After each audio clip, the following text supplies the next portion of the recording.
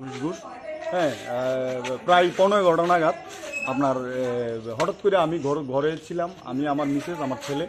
তো হঠাৎ করে একটা ধূপ করে একটা শব্দ শুনলাম, তো ভাবলাম মনে নাকি ঘরের দরজা লাগানোর শব্দ। ফট করে আমরা এই বারিন্দা দিয়ে দেখলাম, তখন দেখি এন থেকে 8-10 জন লোক দুষ্কৃতিকারী, তারা এই ইট ভাঙ্গিয়ে সেজা আমার গ্লাসটা সমস্ত কিছু ভাঙছে। ইভেন কি আমার বকাবকি করতেছে, ইভেন কি কোমরের থেকে রিভলভার বাই করছে আমার শুট করিয়া মেরে লেগো।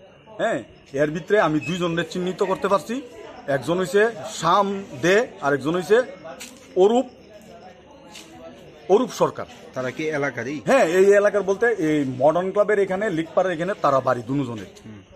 এই তারার আর 8-10 জন মিল্লা 10 জন মিল্লা আইয়া এই আপনার 10-15 মিনিট সমানে এই তাণ্ডব চালাই গেছে আমার বাড়িতে এসে।